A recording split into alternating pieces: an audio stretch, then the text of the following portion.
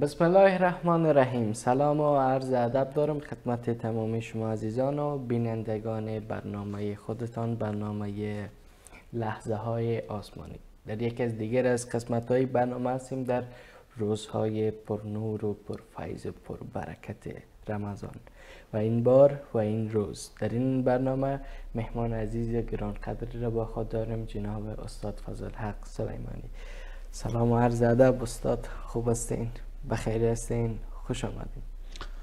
من هم عرض سلام دارم و ادب و احترام خدمت شما و همچنین خدمت تمام بینندگان عزیز و ارجمند و الله شاکرم از اینکه این فرصت بار دیگر در اختیار بنده قرار گرفت تا در خدمت شما و بینندگان عزیز باشم و الحمدلله خوبم. امیدوارم که شما هم خوب باشید. زنده باشید. استاد، به قول ما افغانا که میگن شما روزه را گرفتین یا روزه شما را گرفته؟ ما فعلا هر دو تا هم دیگر گرفتیم، ببینیم چه میشه. انشالله که روزهای خوب رمضان را طی کرده باشین و ما بخیر هم با خوبی و خوشی طی کنین. امیدوارم. استاد، امروز در این برنامه میخوایم درباره یک بحث خوبه و بحث نه چندان سنگین و نه چندان سبک حرف بزنیم درباره زبان، اهمیتش، خوبی‌هاش و ضررهایی که انسان میتونه از زبان به دست بیاره و از طریق زبان به انسان برسه، البته از دیدگاه‌های اسلامی. اینم بحث و اینم زبان. بسم الله الرحمن الرحیم. موضوع بسیار موضوع مهمی است، موضوع زبان. بله. و جا دارد که درباره زبان صحبت بشود و در وجود ما زبان نقش بسیار پررنگی دارد و یکی از مهمترین اعضای بدن است که در قرآن کریم هم و در روایات رسول الله صلی الله علیه و سلم هم توجه خاصی به این نعمت الله متعال شده است. در قرآن کریم ذکر شده؟ در قرآن کریم ما داریم که مثلا سوره مبارکه الرحمن، درست، الله متعال میفرماید الرحمن خلق الانسان و بعدش میفرماید علمه البیان. در همین آیات ابتدایی سوره مبارکه الرحمن داره و علمه البیان. این آیه شریفه صحبت از این دارد که بیان یاد داده به انسان. باز صراحتاً تعبیر زبان که در عربی می شود لسان، درست، در سوره مبارکه بلد الله تعالی میفرماید الم نجعل له عینین. آیا من برای انسان دو چشم قرار ندادم و لسانا و زبانی قرار ندادم و شفتین و دو لب، که مجموعه زبان و دو لب با هم اون بیانی که در سوره مبارکه الرحمن ذکر شد، درست، الله متعال فرمود بیان رو یاد داده به انسان. بیان رو از طریق زبان و لب. بله. سخن گفتن از طریق زبان هست و لب هست. درست. و این نشان از این دارد که یعنی نعمت زبان نعمت مهمی است. الله متعال به من یک نعمت زبان رو برای ما یاد می‌فرماید در کنار چشم، نعمت چشم و نعمت زبان و لب‌ها. و همچنین خود همین باز بیانی که زبان دارد، این را الله متعال به من یک لطفی و احسانی برای ما ذکر می‌کند که من الله با عظمت به شما لطف کردم که به شما زبانی دادم برای بیان، برای سخن گفتن، برای ابراز رابطه و برای ایجاد یک رابطه و ابراز مافز ضمیر.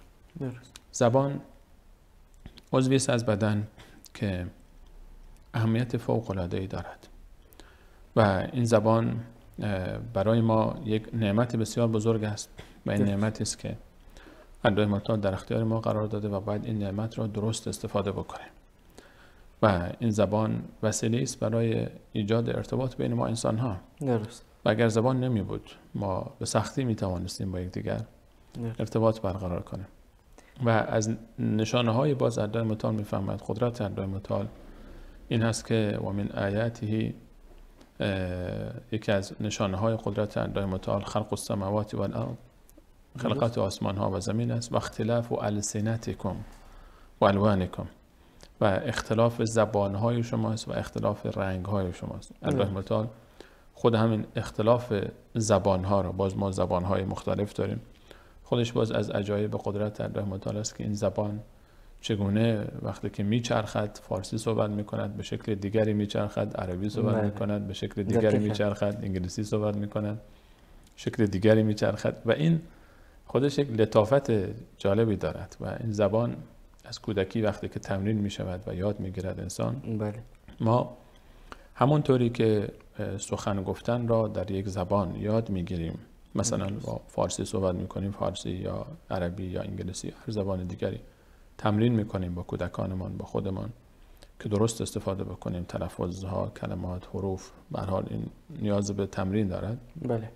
مهمتر از این باید درباره اهمیت این موضوع بفهمیم و بدانیم که این زبان را با آن کلامی که ما، با آن بیانی که از آن صادر می شود و خارج می شود، در چه اماکنی و چه جاهایی استفاده بکنیم که این زبان برای ما در فرهنگ قرآنی و در آیات قرآنی کریم و در فرهنگ دینی، الله متعال می‌فرماید هیچ کلامی از زبان شما خارج نمی شود مگر اینکه ثبت و ضبط می گردد.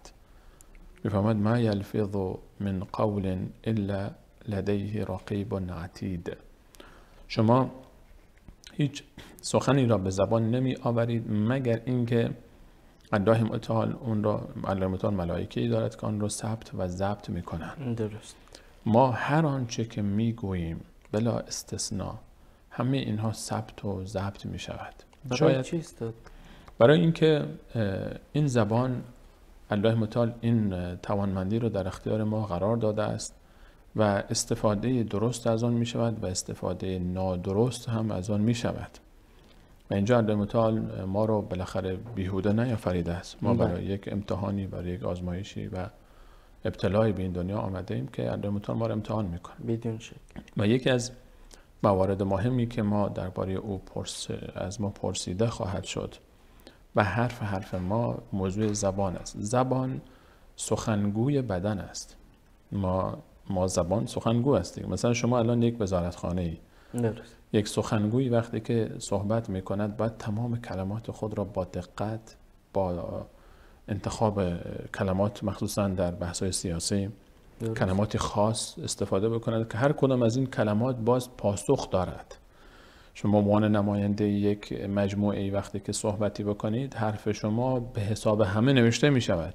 بله. و تمام آن مجموعه ای که شما از اون نمایندگی می کنید در مقابل صحبت شما مسئولند و پاسخگو هستند. درست. و تبعات حرف شما رو باید بپذیرند. شما مثلا بگید خب ما به عنوان مثلا وزارت خارجه، وزارت داخله ما همچین تصمیمی گرفتیم و این رأی ماست. خب شما فردا دیگه نمیتونید این رو عوض بکنید. به همین خاطر مسئولیت سنگینی است. درست. شما وقتی که صحبت میکنید بعد در قبال اون پاسخگو باشید. از این رو ما در احادیث رسول الله صلی الله علیه و سلم یک حدیث بسیار عجیبی و دقیق و لطیفی داریم که هر وقت انسان، رسول الله میفرماید وقتی انسان صبح میکند و صبح خود را آغاز میکند تمام اعضای بدن خطاب به زبان میگویند، با زبان حالشان میگویند که ای زبان جان مواظب باش چه میگویی، مواظب باش چه میگویی که اگر تو درست شدی حال همه ما خوب است، اگر تو خراب شدی و بیراهه رفتی ما رو به مصیبت میاندازه. عجیب. دقیقاً این همون حکایت سخنگوی یک مجموعه است. سخنگو رو باید بفهمانید آقا برادر شما این صحبتی که میکنی، خواهر شما این صحبتی که میکنی مواظب باش، این وعده رو ندی، این موضوعات رو مواظب باش، چون تو از خودت که تنها صحبت نمیکنی، تو سخنگوی کل مجموعه هستی. زبان سخنگوی بدن است.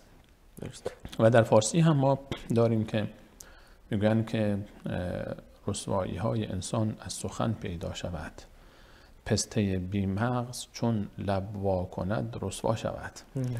و برای تعیین سنجش شخصیت یک فرد در عربی ما مقوله‌ای داریم که میگن که انسان در زیر زبانش پنهان است و انسان وقتی که سخن میگوید میگن تا مرد سخن نگفته باشد عیب و هنرش نهفته باشد. انسان وقتی که شروع کرد به سخن گفتن اون موقع مشخص می شود که این آدم چیکاره است، این آدم چقدر توانمند است. زبان بسیار نقش مهمی دارد در تعیین شخصیت انسان حتی. درست. و این زبان انسان نماینده شخصیت انسان است. درست. زبان انسان نماینده درک و فهم انسان است. زبان انسان نشان دهنده فکر و رأی و وجود انسان است. ما چطور همدیگر رو میشناسیم. بسیاری رو ما دیدیم، بسیار از افراد رو ما ظاهرش رو میبینیم که به به عجب ماشاءالله آدم مرتب و شسته رفته و ترتمیز است. همین که شروع میکنه به صحبت کردن، چند دقیقه صحبت میکنه، از چشم ما میفته این فرد. در اصل شخصیت انسان در سخنانش نهفته است به نظر من. دقیقاً همین است. چرا از چشم ما میفته؟ چون تا این که هنوز همون که میگن تا مرد سخن نگفته باشد عیب و هنرش نهفته باشد، همین است. برخلاف این موضوع ما افرادی را میبینیم ظاهرشان بسیار آدم‌های ساده، آدم‌هایی که اصلا فکر میکنیم که از لحاظ سطح اجتماعی در سطح پایینی باشن، اما وقتی که شروع میکنه به صحبت کردن در چشم ما بلند میشه، بالا میرود. نه؟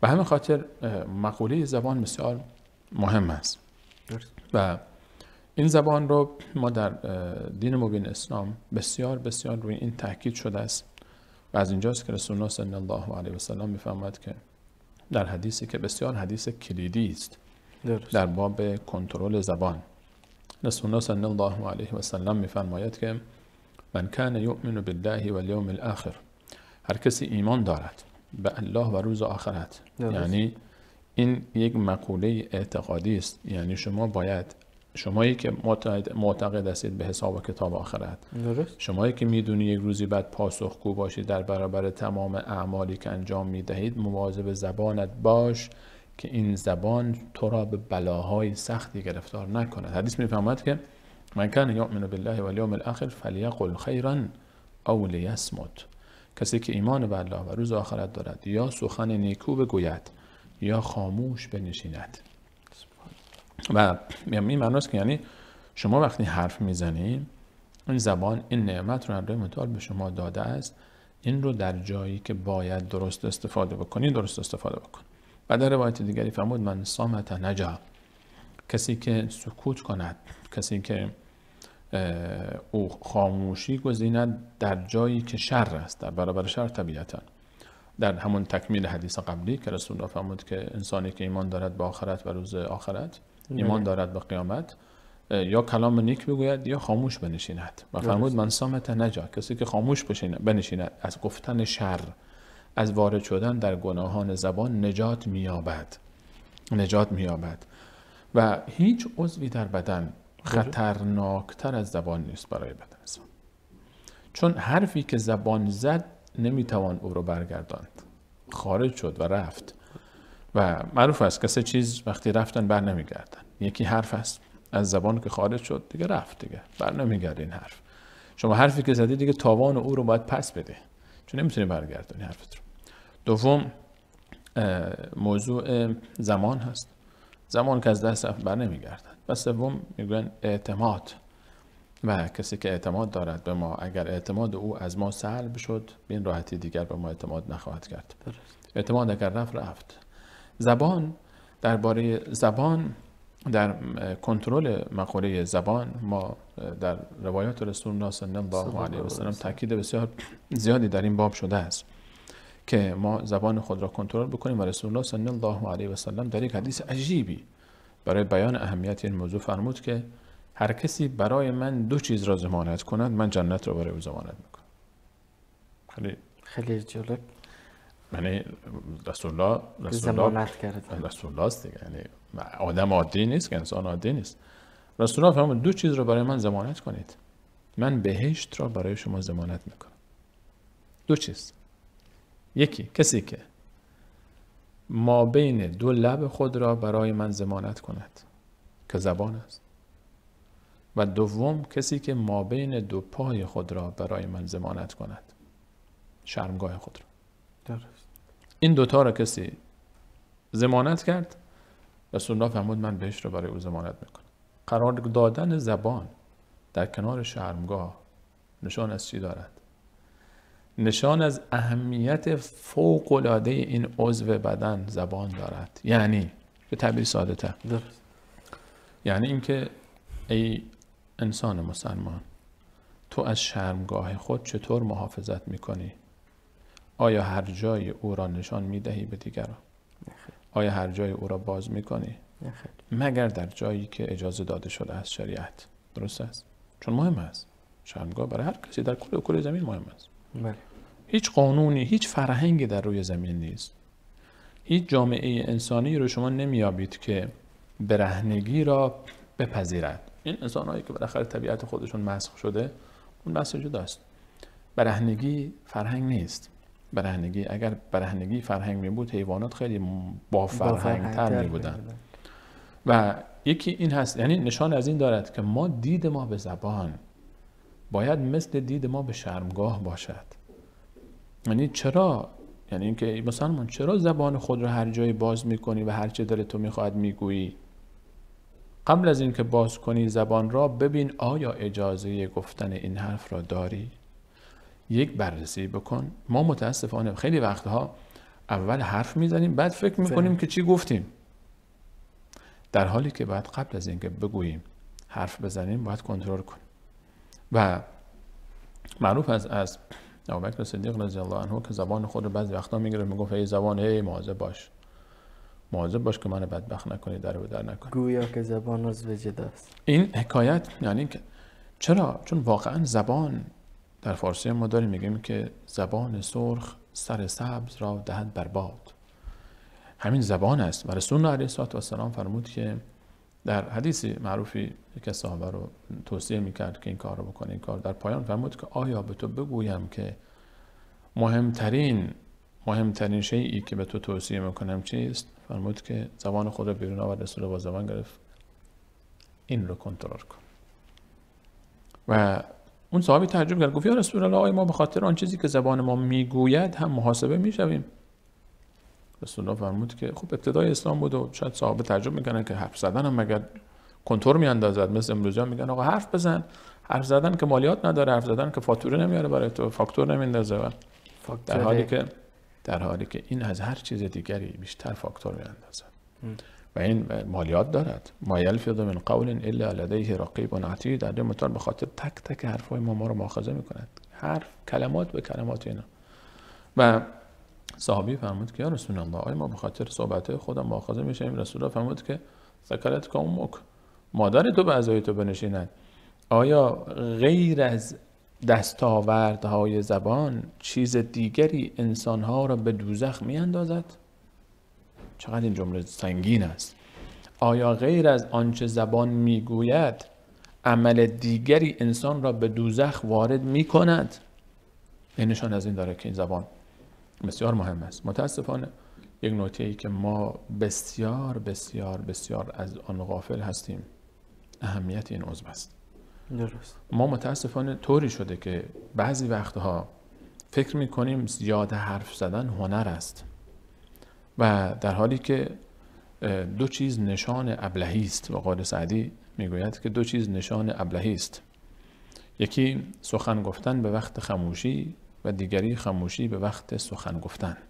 درست. ما باید بدانیم که این زبان خود رو چه جایی باز بکنیم، چه جایی سکوت بکنیم. نه اینطور نیست که ما همینطور حرف بزنیم. بعضی فکر میکنن که پرحرفی یک هنر است و متاسفانه حالا بماند که اون زبانی که فرد دارد پرحرفی هم خب از خودش یک حدی داره، یک جایی از خودش حرف. انسان خداوند به انسان دو گوش داده است و یک زبان. دو تا گوش داریم، میشد که یک گوش داشته باشه، نه میشد که یکی داشته باشیم. چرا دو تا داریم؟ میشد یکی باشه. و به این معناست که انسان دو برابر آنچه که میگوید باید بشنود. انسان باید بشنود و اینطور نیست که همون ظاهریش هم نگاه بکنیم دو تا گوش یک زبان. به این معناست که کار گوش باید دو برابر زبان باشه. درست. انسان باید بیشتر گوش کنه، در جایی که آدم مجبور نیست حرف نزنه. اگر حرفی میزنه، در مورد رسول الله فرمود اینو به عنوان یک قاعده، یک اصل باید در نظر بگیریم. دو موضوع، یکی مقایسه شدن زبان با شرمگاه و دوم این که رسول الله فرمود یا حرف خیر بزن، حرف نیک بزن یا ساکت شو. استاد این مقایسه خیلی بر جالب بود و از این مقایسه فهمیده میشه که زبان چیز عادی نیست. زبان یک عضوی است که ببینید شما سرنوشت زندگی ما را تغییر میدهد. زبان در دنیا و آخرت میتواند ما رو متحول بکند. بله. یک عضوی است که اگر ما از او درست استفاده بکنیم ما رو به جاهایی میرساند که الله میداند فقط. درست. و فوایدی دارد برای ما و ضررهایی دارد برای ما. و به همین خاطر ما باید بشناسیم که زبان خود را چگونه درست استفاده بکنیم، چگونه درست استفاده بکنیم؟ استاد در این نقطه ما سوال دارم با اجازه. استاد زبان اگر از لحاظ استفاده به استفاده منفی و مثبت تقسیم کنیم، بین درباره از حرف بزنیم چگونه زبان میتونیم به شکل مثبت استفاده کنیم و زبان استفاده کنیم گفته نمیتونیم چگونه میشه که به طرف منفی میره، کار کنیم منفی نرود. اول باید بشناسیم که چه چیزی به نفع ماست و چه چیزی به ضرر ماست. طبیعتا ما در بحث چارچوب دینیش داریم صحبت میکنیم. بحث ما به عنوان یک مسلمان از دید دین به زبان نگاه میکنیم. کسی که اعتقادی به خدا و پیغمبر و حساب کتاب روز قیامت نداره، اون که هر چی دلش میخواد میگه، منافع دنیا رو در نظر میگیره، هر چیزی که زبان او، هر چیزی رو که برای او دنیا را جلب کرد برای او درست است. اما ما نه. ما قرآن میفرماید چون هر حرفی بزنی نوشته میشود و تک تک این حرفا رو شما باید پاسخ بدید. در همین دنیا وقتی مجرم رو سر صحنه جرم میگیرند، اولین چیزی که پلیس به اون میگن هر حرفی که تو بزنی در دادگاه بر علیه تو استفاده خواهد شد. اولین جمله‌ای که به اون میگن یعنی چی؟ هر حرفی که تو بزنی برای تو پرونده نوشته خواهد شد. دنیا همین است. ما هر حرفی که میزنیم یک روزی بعد در برابر این حرفهای خود صادق بودن، درست بودن یا غلط بودن اون پاسخ بدهیم. تو نیست که همینجوری به حرف بزن حساب کتابی نباشد. نه، همه اینو ثبت و ضبط میشد. فیلم زندگی ما با بالاترین کیفیت از زوایای مختلف، صدا و تصویر، ضبط و ثبت خواهد شد. نه یکی ضبط های مختلف و همه اینها را الله تعالی میفرماید که به تو میگذارن جلوی ما. اقرأ کتابک کفی بنفسک الیوم علیک حسیبا. امروز بیا خودت قاضی خودت باش. بسم الله جواب بده. اینجا این حرف رو زدی، این حرف رو زدی، این حرف رو زدی. چرا؟ در بحث سوال شما که فرمودید چطور استفاده بهینه بکنیم، ما خاموشی هم هنر نیست.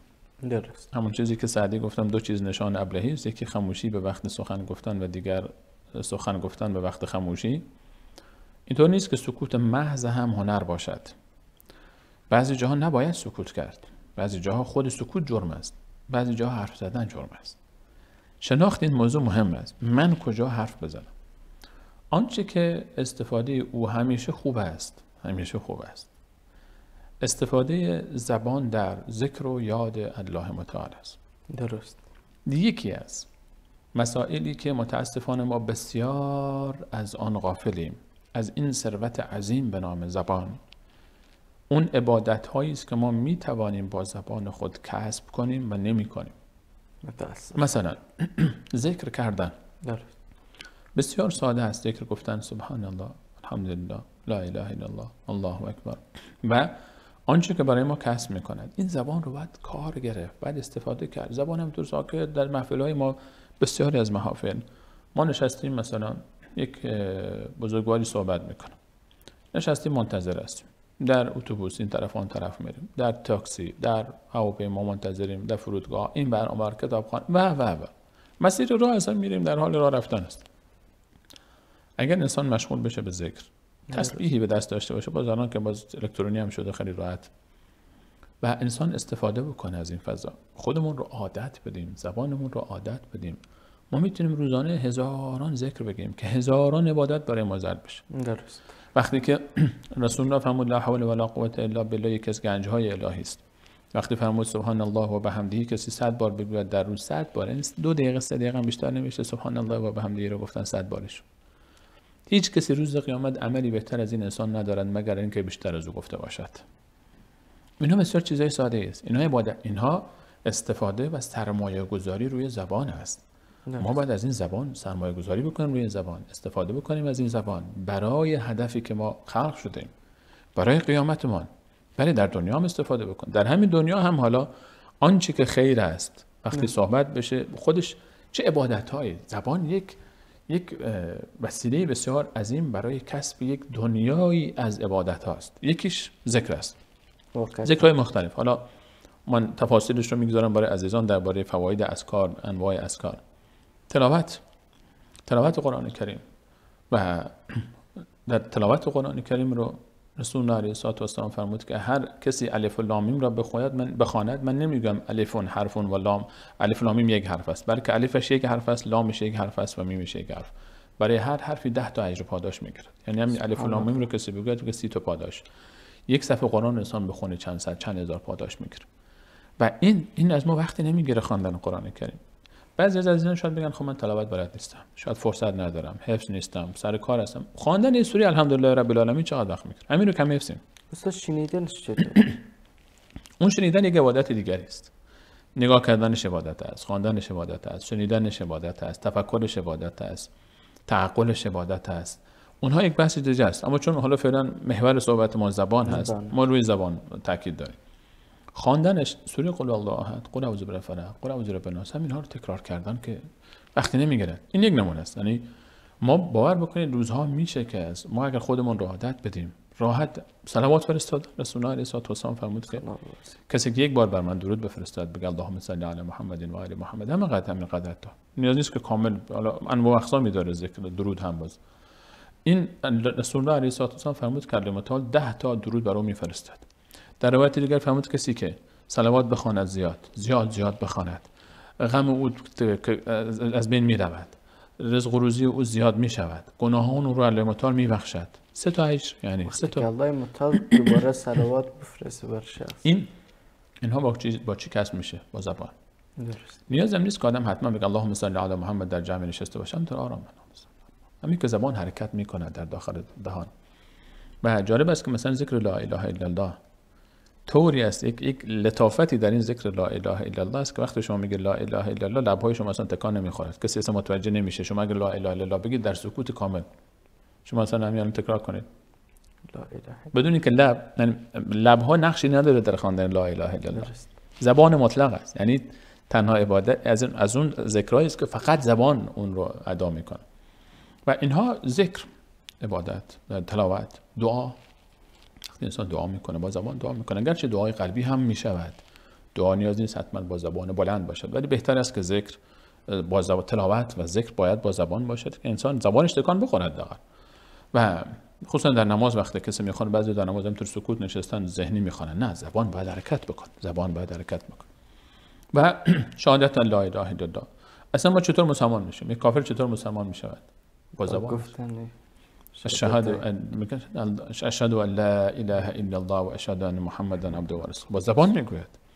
همه اینها زبان برای ما یک مجموعه عظیمی از اذکار، دعا، تلاوت رو میآورد. بعد از اینها که اینها عبادت‌هایی است که بالاخره انسان برای خودش انجام میده فردی، زبان ما علاوه بر این، ما در قرآن کریم میفهمیم لا خیر فی کثیر من نجواهم، بسیار از این در گوشی صحبت کردن ها، با هم نشستن ها، هیچ خیری درش نیست. در بسیار از اینها هیچ خیری نیست. الا من امر بمعروف، مگر اینکه کسی امر معروف بکنه، او صدقه، کار خیری رو، صدقه، هم تشویق به صدقه باشد، او اصلاح بین الناس، درست، یا اصلاح بین مردم باشد. ما الان امر معروف، خود همین امر معروف که انسان دیگران رو به کار خیری دعوت بکنه، بله. تشویق بکنه، ترغیب بکنه، نشر و پخش بکنه، یاد دادن علم به دیگران. درست. معلمی که به دیگران یک چیزی یاد میدهد، معلم مردم، معلم الناس الخیر. رسول الله فرمود که کسی که به دیگران یک خیر یاد میدهد، درست، این معلم ماهی های دریاها هم برای او دعای خیر میکنن. معلم یک انسان وظیفه بسیار، معلمی وظیفه عظیمی است، یک وظیفه مبارک است، یک شغل مبارک است. و زبان معلم وقتی به زبان میآید تربیت میکنه. زبان معلم انسان امر معروف میکنه، نهی از منکر میکنه، انسان دیگران رو دعوت به کار خیر، امر معروف و نهی از منکر با زبان است. و گرچه با قلبم میشود، بالاخره با دستم میشود، مراحلی داره امر معروف و نهی از منکر. و رسول الله فرمود هر کسی که میتواند جلوی امر معروف نهی از منکر رو، جلوی منکر رو بگیره، کسی منکر دید با دست جلویش رو بگیره که وظیفه ولات امور است و صاحبان امر. و بعد فرمود که یا با زبانش، درست، زبان، امر معروف نهی از منکر، به دیگران خیر رساندن، این یک عبادت است، یک عبادت بسیار بزرگ است. و دیگر اصلاح بین مردم. چقدر میتواند زبان سبب ایجاد صلح و آرامش و دوستی و محبت بین کسانی بشود که از هم گسیخته‌اند، دور شده‌اند، با هم مشکلی پیدا کردند. با یک زبان، خصوصا کسانی که خدا به آنها زبانی داده است، زبان شیوایی داده، زبان بلیغی داده، زبان فصیحی داده، وظیفه این هاست که از این زبان در راه درست استفاده بکنن. زبان مثلا قرآن خواندن با صدای زیبایی، کسی میخوانه، حنجره زیبایی هم داره، تلاوتی میکنه. دعوت امر معروف نهی از منکر، کسانی که خداوند به آنها استعداد داده، وظیفه آنها، هر مسلمان و مسلمانی باید امر معروف نهی از منکر بکنه، مردم رو تشویق بکنه، از این زبان‌ها باید استفاده بکنه. خصوصا الان که در این صفحات اجتماعی میشه یک انسان کلیپی رو پخش بکنه و پخش میشه و هزاران نفر، میلیون ها نفر میبینن و استفاده میکنن. این زبان است. سرمایه گذاری است یا نیست؟ این سرمایه گذاری است و ثوابش به ما میرسه. و در اصلاح بین مردم یک رسول الله فرمود ول کلمت الطیبه صدقه. بله. یک کلمه خوب، یک چیزی که سبب خوشحال کردن دیگران بشود، یک دلداری، یک همدردی، یک ابراز محبت برای جایی که انسان کسی نیاز محبت دارد، یک دفع یک احساس بدی از فرد، یک کسی انسان بیاد او رو شما دلش رو آرام بکنی، خوشحال بکنی، او رو خبر خوشی به او بده، این همه زبان است. چقدر میتونه زبان مفید باشه، چقدر میتونه دوستی بیاورد، چقدر میتونه محبت بیاورد، چقدر میتونه خوشحال بکنه، چقدر میتونه که احترام بگذاره و تعریف از یک کسی، تمجید یک کسی، دلداری به یک کسی، همین ها رو زبان داره انجام میده. یعنی زبان یک عضو عجیب و غریبی است، یک شمشیر دولب است که انسان به شکل‌های مختلفی میتونه از این استفاده بکنه. اصلاح بین مردم، دعوت امر معروف نهی از منکر، دفاع از حق. زبان وقتی که بلند میشه، زبان برای دفاع از مظلوم صدا بلند میکنه، برای دفاع ایستادن در مقابل ظالم، برای گرفتن حق مظلوم، برای پاس گرفتن حق مظلوم. این زبان است که به فریاد میآید. زبان اینجا کار میکنه و زبان حرکت میکنه و زبان تلاش میکنه و باید این کارو بکنه. دفاع از حق، ترویج جلوگیری از باطل، مبارزه با باطل، دفع شبهاتی که برای دین است، برای اعتقاد است، برای باور است، همه اینها رو کی انجام میده؟ زبان انجام. درست. همه اینها، یعنی اینها انسان اهمیت اینها رو درک بکنه و بعد زبان رو انسان وقتی میخواد صحبت بکنه، در بحث امر خب حکمت لازم هست، درایت لازم هست، خوش زبانی لازم است، تسلط به زبان لازم است. و ما ارسلنا من رسول الا بلسان قومه. رسول الله متعال میفهمند ما هیچ پیامبری رو نفرستادیم مگر با زبان خودشان. خصوصا همزبانان ما، یعنی هر کسی نسبت به کسانی که همزبان او هستند مسئول است و زبانی که ما مسلط تر هستیم. اگر کسی 2 زبان، 3 زبان، 4 زبان، 5 زبان بلد است، خب اون بهتر. و اینها مختصری بود از آنچه که ما میتوانیم زبان خود رو به نحو احسن استفاده بکنیم. یعنی من وقتی میخوام حرفی بزنم، ببینم که این حرفی که میزنم هدف من چیست، نیت من چیست، فایده این حرف برای من چیست و اجر و پاداشی برای من دارد یا ندارد. در پرونده اعمال من وقتی نوشته می شود، فردا من چه پاسخی خواهم داد درباره این حرفم.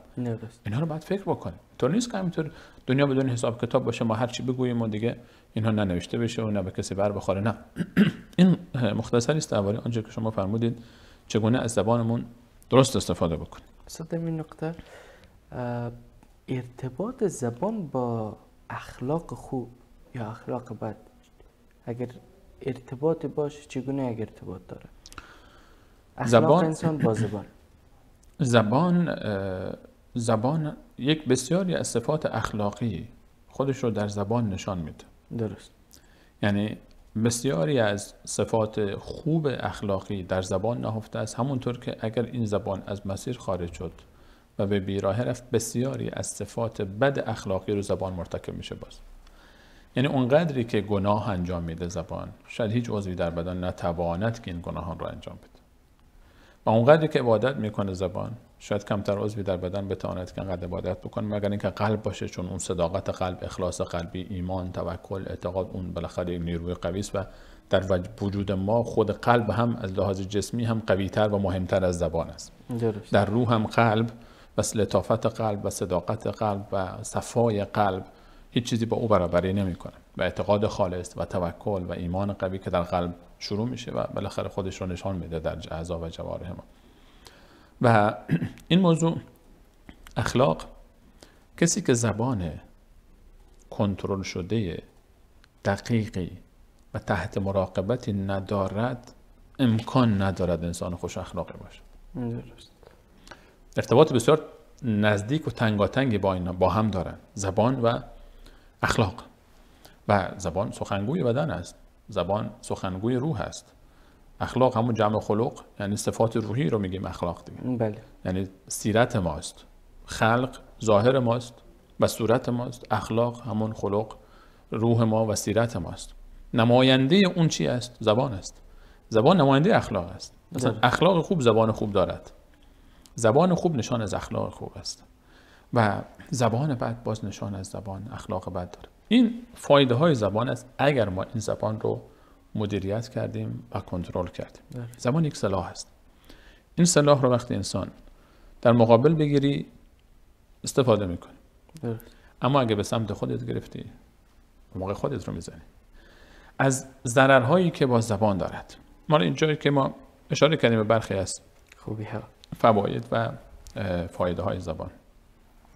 این زبان اگر کنترل نشد، این زبان اگر کنترل نشد و شروع کرد به گفتن و حرف زدن هر آن چیزی که درش میخواهد، موقع هم به خود ضرر میزنه، هم به اطرافیان خود ضرر خواهد زد، هم به جامعه ضرر خواهد زد.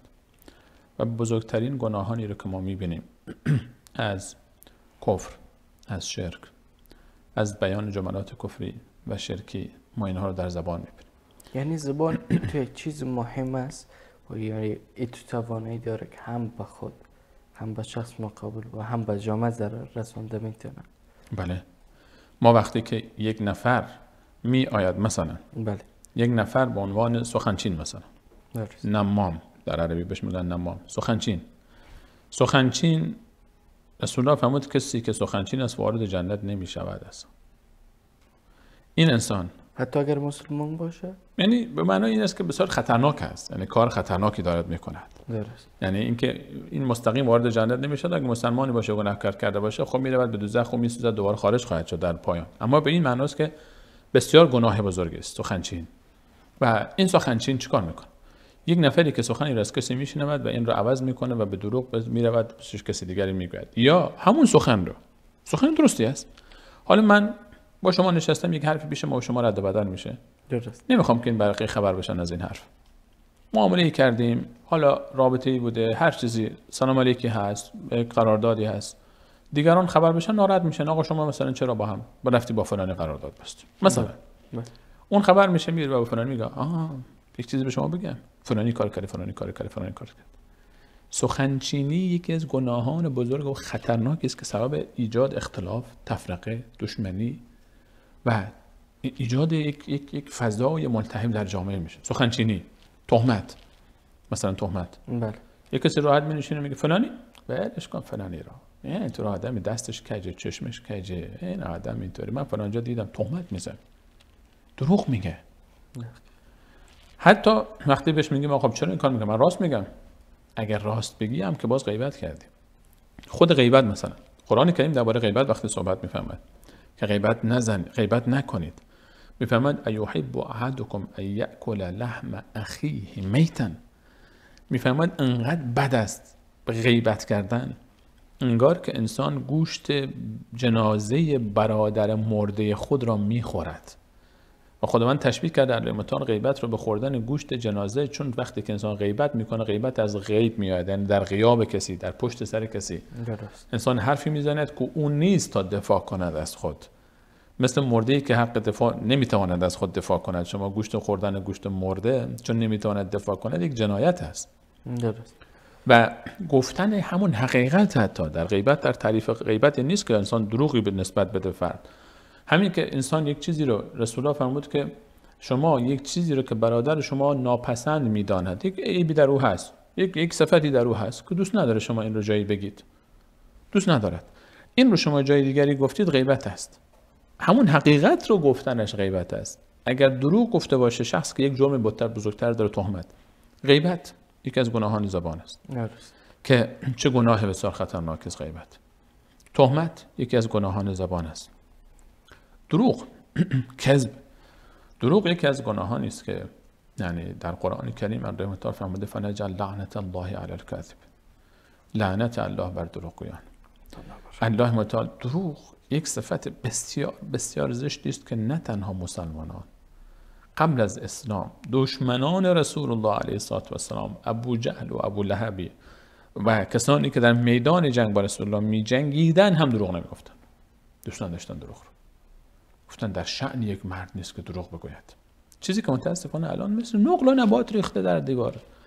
یعنی الان میگن این زرنگ، این اسمش رو گذاشتن زرنگی. دروغ رو اسمش رو گذاشتن زرنگی. آدم اینقدر آدم زرنگی است که فلانی رو با 4 تا کلام حرف قانع میکنه، اون رو راضی میکنه با دروغ زشت است، عیب است. و رسول الله علیه السلام فرمود که کسی که دروغ را ترک کند ولو به مزاح، با شوخی، حتی شوخی، من خانه‌ای در وسط جنت برای او ضمانت میکنم، برای کسی که دروغ را ولو به شوخی، یعنی دروغ انقدر بد است که حتی شوخی او را هم رسول الله علیه السلام نپسندید. حتی شوخی کردنش هم. دروغ یکی از گناهان زبان است، گناه بسیار بزرگی است. دروغ، غیبت، تهمت، فحش و ناسزا، بد زبانی. در شأن یک انسان مسلمان نیست که زبانش به فحش و ناسزا فحش بده. متاسفانه در خیابان بعضی وقتا میشنویم فحش زبانی میشه، زنده و مرده فلانی رو از قبر در میاره.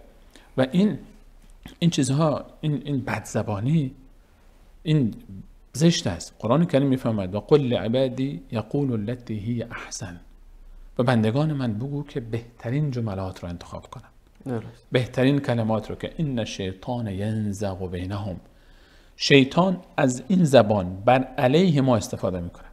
چه دشمنی هایی که ایجاد نکرده زبان، چه کینه هایی که ایجاد نکرده زبان، و فحش دادن، تهمت زدن، غیبت کردن، دروغ گفتن، تحقیر کردن، مسخره کردن دیگران، سرکوفت زدن، اهانت کردن، همه اینا با زبان است.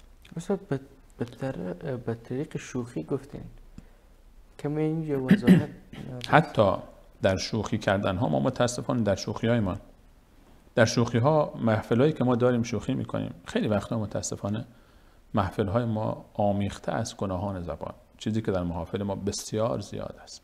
متاسفانه آدم تعجب میکنه. بعضی میگن غیبت در محفل نباشه نمیچسبه. یعنی چی؟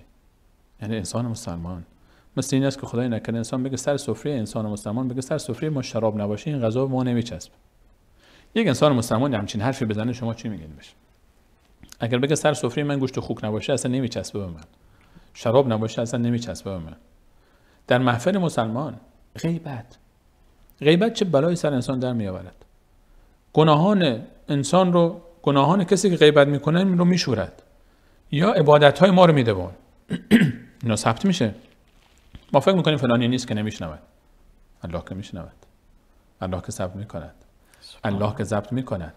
الله روز قیامت میگه تو فلانی رو پشت سرش غیبت کردی، حالا پاسخ بده. او رو خبر میکنه، او خبر خواهد شد. به ما هم خواهند گفت که فلانی در فلان جا پشت سر تو غیبت کرده بود، حقی داری برگردن او از او بگیر. به دیگران هم خواهند گفت که فلانی از دست تو غیبت کرد، فلان جا. اینا همه محفوظ است، بایگانی آرشیو خواهد شد. همه اینها روز قیامت از یکدیگر بعد حساب کتاب همه اینا طلبکارا میآیند. رسول الله علیه السلام فرمود که در جمع صحابه یک روز جایی میدانید که مفلس کیست؟ گفتن یا رسول الله مفلس نزد ما کسی است که درهم و دیناری ندارد، فقیر. درست. رسول الله فرمود نه، مفلس حقیقی کسی است که روز قیامت می آید، عبادت هم دارد، نماز هم دارد، روزه هم دارد، زکات هم دارد، حج هم دارد، اما طلبکاران می آیند. این رو فحشی داده است، عبادت اون رو میگیرد. اون رو ضربه زده است، عبادت این رو میگیرد. این رو تهمتی زده، عبادت او رو میگیرد. او رو ظلم میکرده، عبادت این رو میگیرد. همه می آیند، عبادت های این رو به خاطر گناهانی که این در حق آن انجام شده و بسیاری از آن گناهان زبان است درست میبرند و هیچ چیزی برای این نمیماند.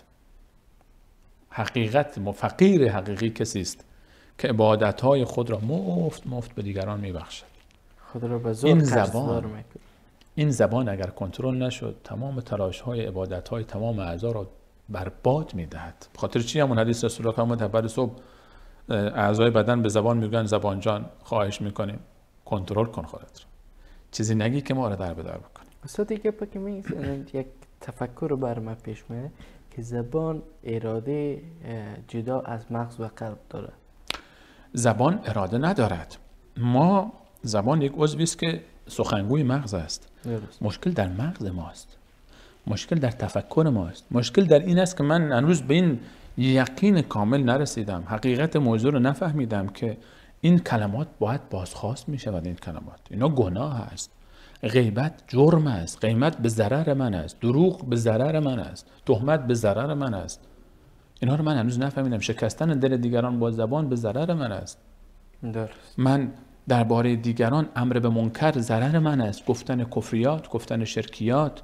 متاسفانه در همین شوخیایی که شما اشاره فرمودید، ما بعضی وقتا محفل‌هایی داریم که شوخی صحبت میکنه، طرف شوخی میکنه، در شوخی کردن ما شوخی میکنیم دیگه. بله. الله و دین و پیغمبر و آیات و قرآن و دوزخ و بهشت و جوک درست کردن درباره بهشت، جوک درست کردن درباره دوزخ، شوخی کردن با آیات و قرآن کریم، اینها در حد کفر است.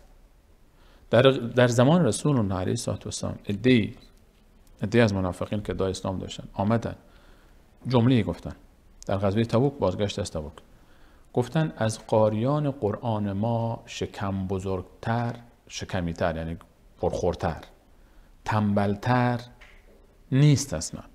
قاریان قرآن رو مسخره کردن و آیات قرآن نازل شد که از اونها اگر بپرسی که چرا این حرف رو زدی، میگن انما كنا نخوض و نلعب، ما شوخی میکردیم ولی هدف خاصی نداشتیم. ولی منتها فرمود قل ابالله و آیاته و رسوله کنتم تستهزئون لا تعتذروا. شما به الله و آیاتش و پیامبرش شروع میکنید، دیگه هیچ چیزی دیگه نیافتید، فقط باید با اهل دین، فقط باید با قرآن، با حدیث، با قیامت، با اعتقادات، با عبادات، با ملائکه با شوخی بکنید. چیز دیگری برای شوخی کردن نیافتید. هیچ عذری پیشه نکنید، قد کفرتم بعد ایمانکم، کافر شدید. شوخی با آیات قرآن کریم، شوخی با احادیث رسول الله، شوخی با اعتقادات، شوخی با ذات الله متعال، نعوذ بالله. برخی چنان جرأت میکنه. یکی از بزرگترین گناهان زبان این است که چیزی رو به الله متعال نسبت بده انسان که الله متعال نگفته است و چیزی رو به رسول الله علیه السلام فرمود نسبت بده که نگفته است. رسول الله فرمود کسی که به دروغ و من چیزی نسبت دهد که من نگفتم و میداند که من نگفتم، بگوید رسول الله گفته، حدیث رسول الله است و میداند که حدیث من نیست، جایگاه خود را در دوزخ آماده کند. و قرآن کریم میفهمد کیست دروغگوتر از کسانی که افترا علی الله کذبا، به دروغ میگه الله تعالی گفته. کجا گفتم الله تعالی همچین حرفی نگفته؟ وقتی که من پشت سر شما حرفی رو بزنم بگم آقا برادر مجیب این حرف رو زده، شما فردا نمیگید من کی همچین حرفی رو زدم. وقتی کسی به الله متعال چیزی رو نسبت بده، بگه الله متعال گفته، این در حدیث است، این در قرآن است. این کلماتی که به این شکل، یعنی درباره الله، درباره دین شوخی کردن، چه نیازی هست که ما بیایم درباره مقدسات شوخی بکنیم، درباره اعتقادات شوخی بکنیم. بعضیا میگن که فلانی خداوند به این گفته، فلان خداوند به اون گفته که خداوند این رو بخشیده، خداوند این کار کرده. این که روز قیامت ملک الموت با ملک الموت شوخی میکنه. ملک الموت کسی است که با او بشه شوخی کرد. ملک الموت رو کسی با شوخی میکنه. اینها خط سرخ‌های بسیار خطرناک است. شوخی‌های خودمون رو مواظب باشیم. رسول الله علیه السلام فرمود حتی به شوخی دروغ نگویید، من بهش رو برای شما ضمانت میکنم. کنترل این زبان، خانه در وسط بهشت، در حدیث خواندم خدمتتون، فرمود که پایین‌ترین درجه بهشت، در پایین بهشت برای کسی که جدال نکند من خانه ضمانت میکنم، در وسط بهشت برای کسی که دروغ را ولو به شوخی ترک کند، و در بالای بهشت کسی که اخلاق او خوب باشد. زبان از جمله وسایلی است که اگر کنترل نشد، بسیاری از زبانها، اینها خصوصا باز تاکید میکنم، غیبت، تهمت، دروغ و از موارد دیگری که هست، تحقیر، اهانت، گستاخی، شکستن قلب مردم. یک کلمه رسول الله علیه السلام فرمود احیانا انسان صحبتی میکند در رضایت الله متعال که اصلا فکر نمی کند که این کلمه انقدر نزد الله محبوب باشد و او را چنان پیش الله متعال محبوب میکند و رضایت الله متعال را تا قیامت برای او جلب میکند. و در مقابل انسان بعضی وقتا کلمه‌ای میگوید که گمان نمیکند این کلمه خشم الهی را برانگیزد و چنان خشم الهی را برای او برمغان میآورد که تا روز قیامت الله متعال از او خشمگین است. یک کلمه. و در روایت دیگری فرمود انسان یک کلمه میگوید بعضی وقتا با عمق فاصله مشرق تا مغرب به قعر دوزخ میافتد، به خاطر همین یک کلمه‌ای که گفته است. این کلماتی که ما میگوییم به حساب کتاب دارد. زبان رو باید کنترل کرد، زبانمان را باید مدیریت بکنیم، نقاط ضعف و قوتش رو بشناسیم، فایده های او رو درک بکنیم، در چه زمینه‌ای باید سرمایه گذاری بشود، در جاهای بد از او استفاده نکنیم، کنترل بکنیم. چیزی به اسم دروغ ولو به شوخی در زندگی ما نباشد. تحقیر، توهین، تهمت، غیبت و دروغ، خصوصا این دوتا و خصوصا غیبت. متاسفانه در محافلی که ما می‌نشینیم و میشنویم همیشه درباره فامیلا، درباره دوستان، درباره فلانی چطور، فلانی اینطور فلانی و میخندیم.